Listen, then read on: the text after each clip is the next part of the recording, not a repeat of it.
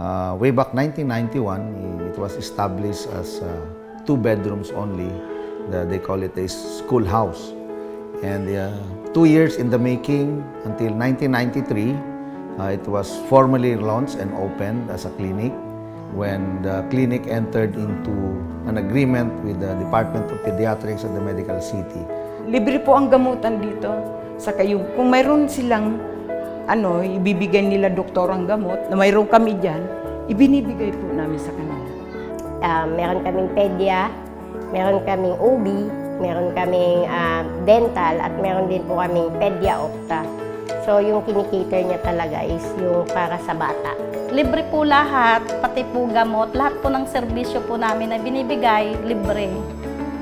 Nung nagkaroon po dito ng clinic, nabawasan po yung mga sakit-sakit ng mga bata. Saka nagkaroon din po kami dito feeding. Sponsor din po ng Rotary. The feeding program are all malnourished children. We have at least 30 also. Twice a week, we feed them free food, depends on their caloric requirement. And we have also a pediatric health initiative.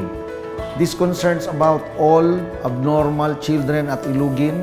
We go to their houses, we treat them, we give them free medicines, etc. Meron kaming libreng ultrasound sa OB na yung ultrasound machine is galing din sa Rotary Club.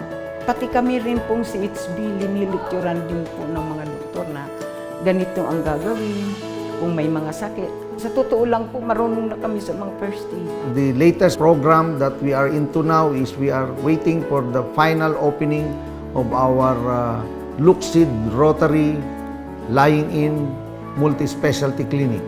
After our 50th anniversary, we will be launching and open this hopefully by next year. Happy 50th anniversary of the Rotary Club of Pasig. Para po sa Rotary Club of Pasig, maraming salamat po sa pagtulong at sa patuloy na pagtulong sa community. Sa pamamagitan po ng Rotary at yung mga doktor ng Medical City, maraming salamat po. Napakalaking tulong po ninyo sa amin.